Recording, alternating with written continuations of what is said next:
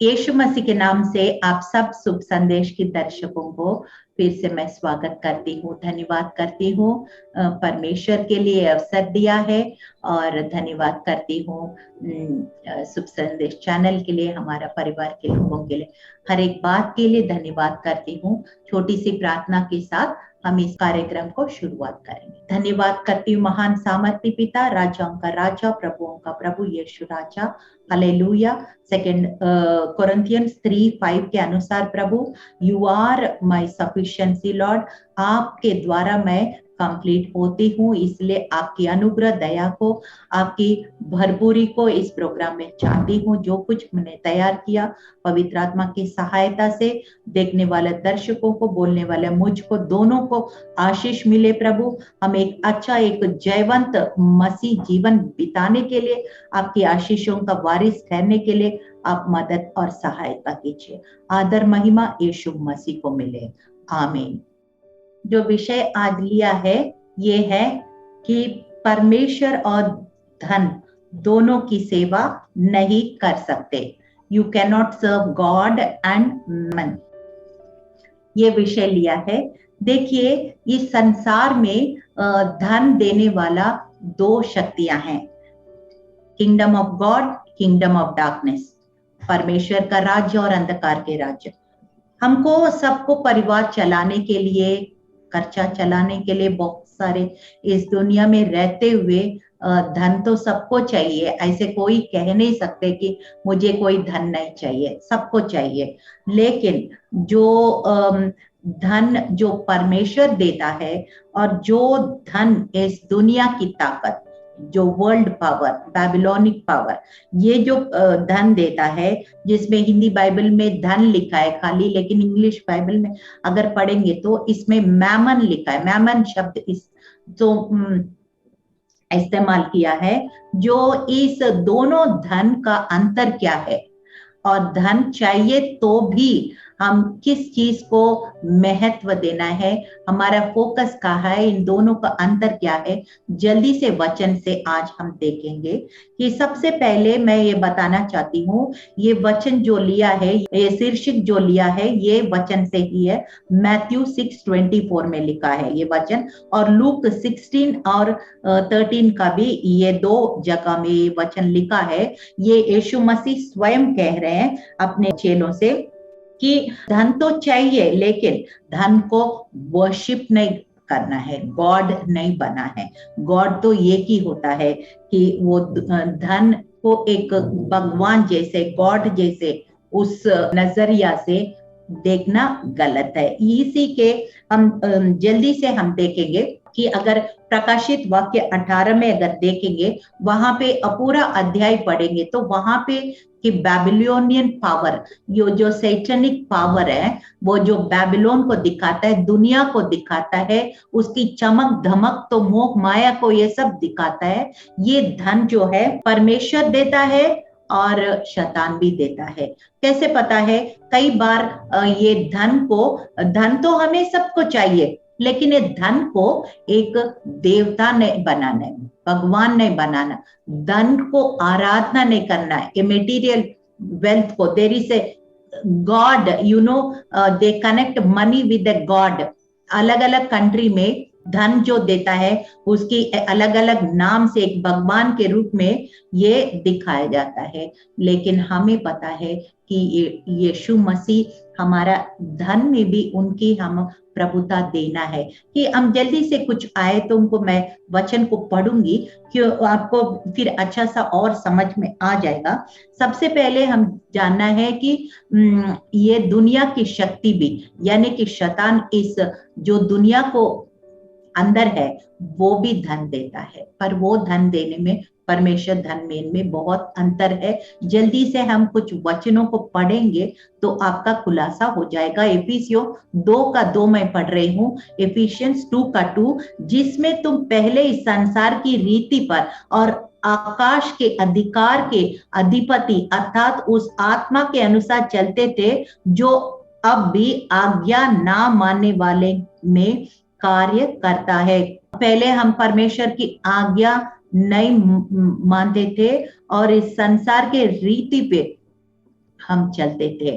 और आपको पता है यीशु मसीह को जब शैतान ने आजमाइश किया, 3 तरह का आजमाइश, और उसमें मत्ती 4 और 9 में उसने क्या कहा, यदि तू गिर कर मुझे प्रणाम करेगा तो मैं ये सब कुछ तुम्हें दूंगा। मैथ्यू 4:9 में ऐसे लिखा है। इसका मतलब क्या है, जब यीशु मसीह को वो टेम्प्ट कर सकता है और पैसा का लालच दिखा सकता है, दुनिया की मोह माया और इस दुनिया की वैभव को दिखा सकता है, क्या वो हमको नहीं करेगा? वो जरूर करता है। इसलिए हमें धन चाहिए, लेकिन उनकी चाल से हम अनजान नहीं रहना है। और यहाँ पे प्रोवर्ब्स 10:22 नीति वचन 10:22 में लिखा, धन यहोवा की आशीष से मिलता है और उसके साथ दुख नहीं मिलाता। यानी कि मतलब क्या है, जो संसार देता है उसमें दुख भी मिला हुआ है। और फिर एक बात और है, 2 कोरिन्थियों 4:4 अगर हम पढ़ेंगे तो उसमें लिखा है कि ये संसार, दुनिया की सरदार ने ये संसार को, ये लोगों को ऐसे आंखों में ऐसे पर्दा लगाया कि वो सच्चाई को देख नहीं पाते हैं, और फिर वो इसी कारण से वो क्या करते हैं, धन को भी आराधना करने लग जाते हैं और फिर गॉड बनाते हैं धन को। ये परमेश्वर नहीं चाहता है। और फिर अगर हम कुछ आयतों को और देखेंगे तो प्रोवर्ब्स 11:25 नीति वचन 11:25 में लिखा है, उदार प्राणी हष्ट-पुष्ट हो जाता है और जो औरों की खेत सींचता है उसके भी सींची जाएगी। ऐसे लिखा है। इसका मतलब क्या है, हम सिर्फ धन अपने लिए, अपने परिवार के लिए नहीं है, औरों के लिए भी, हम परमेश्वर के राज्य के लिए भी हम आशीष का कारण बनते हैं। तो ये धन जो हमें मिलता है वो बहुत आशीष और बरकत को लाता है। इसका मतलब यही है, क्योंकि फिर सिर्फ हम अपने बारे में नहीं सोच रहे। प्रोवर्ब्स 3:9 नीति वचन 3:9 पढ़ रहे हैं, अपनी संपत्ति के द्वारा और अपनी भूमि की सारी पहली उपज देकर यहोवा की प्रतिष्ठा करना। यानी कि परमेश्वर जब धन देता है वो ये सिखाता है, जो आशीषें तुम्हें मिल रहे, जो औरों के साथ बांटना भी है, अपने साथ जमा नहीं करना है। जितना तुम बांटोगे इतना परमेश्वर की प्रभुता को तुम अपने धन में भी, अपने हर एक फाइनेंशियल ब्लेसिंग्स में भी, अपने फैमिली में भी, हर चीज में हम प्रभु का महत्व देते हैं। नीति वचन 22:1 में लिखा, बड़े धन से अच्छा नाम अधिक चाहने योग्य है और सोने चांदी से औरों की प्रसन्नता उत्तम है। Good name is to be chosen rather than great riches, ऐसे इंग्लिश में बाइबल में लिखा है कि धन कमाना अच्छा है, लेकिन उससे अधिक एक अच्छा टेस्टिमोनी, एक अच्छा गवाही रखना, अच्छा नाम भी साथ साथ कमाना उतना ही महत्व है। और व्यवस्था विवरण 8:18 में लिखा, परंतु तू अपने परमेश्वर यहोवा को स्मरण रखना, क्योंकि वही है तुझे संपत्ति प्राप्त करने की सामर्थ इसलिए देता है कि जो वाचा उसने पूर्वजों से शपथ खाकर बांधी थी उसको पूरा करे, जैसे आज प्रकट है। जो हम नौकरी में कमाते हैं या बिजनेस का व्यवसाय में या किसी माध्यम के द्वारा पैसा कमाते, तो ये बुद्धि कौन दे रहा है, ये आइडियाज कौन दे रहा है, ये अच्छा हेल्थ, सेहत कौन दे रहा है?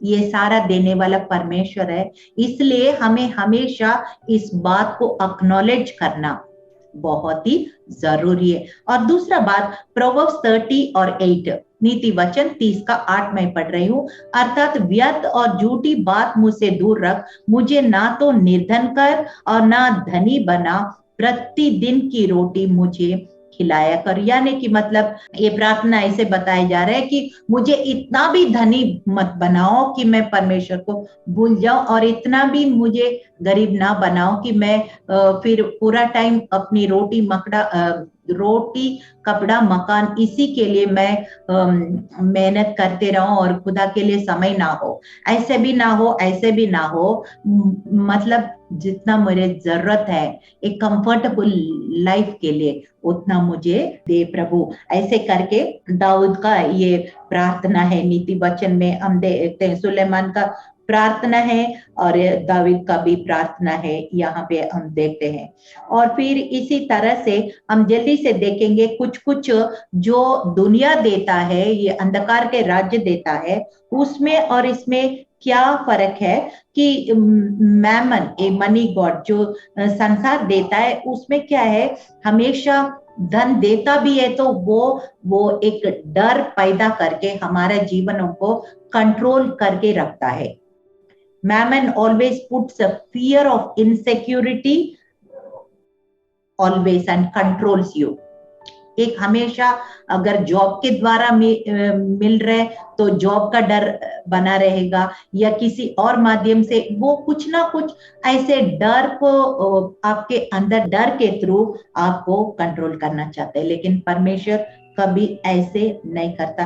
और फिर क्या है कि आपको पता है लूका 16 अध्याय में एक धनवान व्यक्ति का और लाजरस का दोनों एक बड़ा अच्छा एग्जाम्पल, ये दुनिया में कितना भी कमाएंगे तो भी अगर हमारे आत्मा यीशु के नाम से उद्धार नहीं पाया तो व्यर्थ है। यही लिखा है मार्क 8:36 में, साफ साफ लिखा है, पूरा संसार और एक आत्मा दोनों का कीमती है। तू पूरा संसार को तू प्राप्त किया और फिर अपना आत्मा खो दिया तो कोई लाभ नहीं है, क्योंकि हमको मरने के बाद एक जगह तो जाना ही पड़ता है। तो इसलिए हमारी यही परमानेंट जगह जैसे हमको नहीं रह सकते, हम परदेसी है, we are travellers and pilgrims, ऐसे लिखा है। और एक पैराबल है और एक दृष्टांत है, मत्ती 19 का और मरकुस 10 और लूका 18, ये 3 गॉस्पेल्स में ये भी दृष्टांत बड़ा अच्छा लिखा है कि एक रिच यंग रूलर, एक जवान व्यक्ति था जिसके पास बहुत ही धन है, और यीशु मसीह के पास आके कहता है कि मैं उद्धार पाने के लिए मैं क्या करूं। तो यीशु मसीह जानता है कि इसके पास बहुत सारा धन इकट्ठा किया हुआ है, और फिर 10 कमांडमेंट्स बोले तो वो 10 आज्ञा मैं शुरू से मानता आया हूँ। तो फिर उसने बोला चलो फिर अपना सारा धन गरीबों को बांट के मेरे पीछे। उनको पता है कि वो ये नहीं कि परमेश्वर ये बोल रहे धन को रखो मत, लेकिन किससे ज्यादा प्रेम रखते हो, अपने धन से ज्यादा प्रेम करते हो या परमेश्वर से ज्यादा। ये परमेश्वर उनको टेस्ट कर रहा था। फिर वो टेस्ट में वो फेल हो गया, उसने बोला नहीं मैं धन को छोड़ के आपके पीछे नहीं आ सकता हूं करके वो वापस चला गया। इसलिए धन को हमको सबकी जरूरत है, कोई नहीं कह सकता है, लेकिन हम धन से अधिक जो धन देने वाला, He is the source of all the blessings, financial, spiritual, material, हर चीज का, हर एक क्षेत्र में आशीषों का स्रोता है।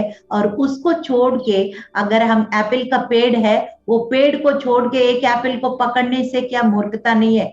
तो इसलिए एप्पल का पेड़ को लगाओ घर में, ताकि वो हर सीजन में आपको एप्पल्स मिलता रहेगा, और फिर बहुत सारे एप्पल्स हर साल आते रहेंगे। ऐसे आशीषों का स्रोता को ले ले जो हमारे धन के साथ साथ हमें अच्छा सेहत भी दे दे, या कोई एक्सीडेंट या कुछ ऐसे चोरी चमारी कुछ ना कुछ ऐसे दुर्घटना होके हमारे पैसा व्यर्थ हो जाएंगे, जितना कमाया उतना व्यर्थ बातों में चला गया, फिर फायदा नहीं। इसलिए हमेशा हम आशीषों का स्रोता जो परमेश्वर है, जो सारा ब्रह्मांड को रचने वाला और नियंत्रण रखने वाला, उसके ऊपर हमारा ध्यान देना है। और फिर वो हमें उद्धार के साथ साथ हमारी जो जरूरत है, वो इस पृथ्वी का जरूरत है और वो आत्मिक जरूरत है, दोनों हमारा जरूर पूरा करेगा। क्योंकि 1 जॉन 4:19 में लिखा है कि पहला यूहन्ना 4:19 में लिखा है, We didn't love him, he first loved us. हम उनसे प्रेम करने से पहले उसने हमें प्रेम किया है, और हम जब पापी थे हमारे लिए अपना जान कुर्बानी किया, बलिदान किया। इसलिए हमको पहला प्रेम, जैसे प्रकाशित वाक्य 2 और 4 में एक कंप्लेंट है, शिकायत है, परमेश्वर जहां 7 कलीसियाओं को बोलते हैं, एक कलीसिया से कह रहे हैं कि तुम पहला प्रेम खो दिया है, you left that first love. Love है मगर बहुत गुनगुना सा लव है, ऐसे लव नहीं है जो फर्स्ट लव जैसे नहीं है, पहला प्रेम को तूने खो बैठा है। इसका मतलब क्या है, हम धन तो चाहिए, लेकिन जो धन देने वाला, धन से अधिक उद्धार देने वाला, हर एक आशीष को देने वाला, धन के साथ साथ अच्छा सेहत देने वाला, बरकत देने वाला, आशीष देने वाला, बुद्धि देने वाला, ज्ञान देने वाला, समझ जो इस जिंदगी के लिए, जो दुनिया की जिंदगी को चलाने के लिए जो अनुभव चाहिए, ज्ञान चाहिए, वो सब देने वालों को हम पहला महत्व देना है। साम 24:1 उसमें लिखा है, पृथ्वी और जो कुछ उसमें यहोवा का ही है, जगत और उसमें निवास करने वाले भी। हमारा जीवन भी ये परमेश्वर का है, और जो कुछ परमेश्वर, ये धन भी हमारे पास है, वो भी परमेश्वर है। So we need to acknowledge his lordship over our lifes and our money also. नीति वचन 22 का 7 पढ़ रहे हैं, धनी निर्धन लोगों पर प्रभुता करता है और उधार लेने वाला उधार देने वाला। कई बार परमेश्वर के लोग क्या करते हैं, किसी से हम उधार लेते हैं तो वापस नहीं करते हैं, तो परमेश्वर बोल रहे हैं ऐसा नहीं करना है, except love, do not owe anything to anybody except love. तो जल्दी से हमको कैसे भी करके, थोड़ा थोड़ा करके वो कर्जा चुकाना है, क्योंकि साम 37:21 में लिखा है कि दुष्ट ऋण लेता है और भरता नहीं है, धर्मी अनुग्रह करके दान देता है। तो ये इसका मतलब क्या है, औरों के नहीं, जहां पे निकाल सकते निकालो और देना मत, ऐसे एटीट्यूड को हम नहीं रख सकते हैं। कि विश्वासी लोग हैं तो हमें जिसको उधार ले लिया तो हमको वापस भी करना पड़ेगा। 1 तिमोथी 6 का 6 पढ़ रही हूँ, पर संतोष सहित भक्ति बड़ी लाभ है, क्योंकि हम जगत में कुछ लाए है और ना कुछ ले जा सकते हैं। यदि हमारे पास खाने और पहनने का हो, इन्हीं पर संतुष्ट करना चाहिए। पर जो धनी होना चाहते हैं वे ऐसे परीक्षा और फंदे और बहुत सी व्यर्थ और हानिकारक लालसाओं में फंसते हैं, जो मनुष्य को बिगाड़ देता है। क्योंकि रुपये की लोभ सब प्रकार की बुराइयों की जड़ है, जिसे प्राप्त करने का प्रयत्न करते हुए कितनों ने विश्वास से भटक कर अपनी विभिन्न प्रकार दुखों से छलनी बना लिया है। मतलब क्या है कि मनी इज नेवर इनफ, आपको कितना भी खट्टा करेंगे तो वो और खट्टा करने का लालसा हो जाता है। इसलिए इस तरह का फंदे में हमको नहीं पड़ना है। प्रतिदिन मार्केट में नया मॉडल आते हैं, आप आज खरीद कर लेके आए, दूसरा दिन दूसरा मॉडल चेंज हो गया, तो कब तक इस चीज से भागते रहेंगे। तो जितना जरूरत है हम परमेश्वर पर भरोसा रखे संतुष्ट रहना सीखना है। और हम बाइबल में देखा है कुछ लालची लोग, जैसे मैं पूरा बता नहीं सकती हूँ, एक्सप्लेन नहीं कर सकती हूँ, लेकिन अननियास और सफायरा एक पति पत्नी है, जो पैसा का लालच करने का बाद क्या हुआ आपको पता है, प्रेरितों का ये 5 अध्याय में मिलेगा। बालाम जो भविष्यवक्ता है, वो पैसा के लालच में क्या किया है, इजरायलियों को पाप करने का कारण बन गया। और गेहाजी जो एलिशा का जो सेवक था, और आकान जो यहोशू का किताब में मिलेगा, और किंग सॉल, इस तरह से बहुत लोग जो बहुत लालच किया पैसा का, उनका अंत अच्छा नहीं था। उनका अंत दुख का अंत है, सुखांत नहीं था। It was a tragedy. So इसलिए हम लालच नहीं करना है, और जितना जरूरत है और परमेश्वर हमको जरूर देगा।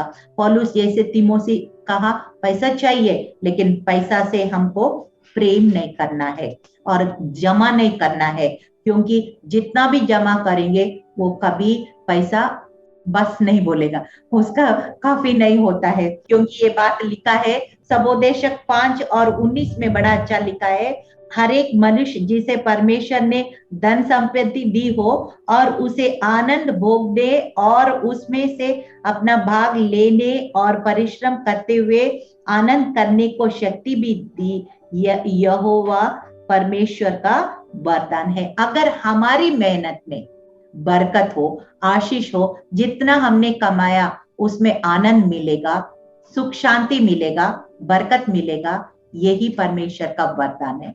और किसी और का धन या इकट्ठा करने के लिए 3 जनरेशन के लिए नहीं होते तो भी हमारा मेहनत में अगर आनंद मिलेगा, हम उस खा पी के अच्छा सा रहेंगे, वो ही परमेश्वर की वरदान है, ऐसे सुलेमान कहता है। और यीशु मसीह स्वयं कहते हैं कि जीसस हिमसेल्फ से लूक 16:14 और 15 में लिखा है, फरीसी जो लोभी थे, ये सब बातें सुनकर उसका उपहास करने लगे। उसने उनसे कहा, तुम तो मनुष्यों के सामने अपने आप को धर्मी ठहराते हो, परंतु परमेश्वर तुम्हारे मन को जांचता है, क्योंकि जो वस्तु मनुष्यों की दृष्टि में महान है, वो परमेश्वर के निकट घृणित है। सो ही से, हाँ, तुम लोग मनुष्यों के सामने तो बहुत अच्छा अच्छा दिखा रहे होंगे, लेकिन आपके दिल में क्या गुजर रहा है, आपका मन में क्या गुजर रहा है, वो भी परमेश्वर जानता है। हो सकता आपका दिल में सही नहीं गुजर रहा है, हो गया, मन में सही नहीं सोच विचार होगा, लेकिन बाहर दिखाने के लिए लोगों को बहुत अच्छा बन रहे, तो ये भी बात अच्छा नहीं है। इसलिए परमेश्वर कह रहे, आपको ये पता है कि एक रिच फूल था, मतलब वो कह रहे हैं कि मैं ये सारे स्टोर हाउसेस को तोड़ के मैं और बनाऊंगा और बनाऊंगा और बनाऊंगा। परमेश्वर ने बोला, तू आज ही रात तुम मेरे मतलब तेरा प्राण जा रहा है।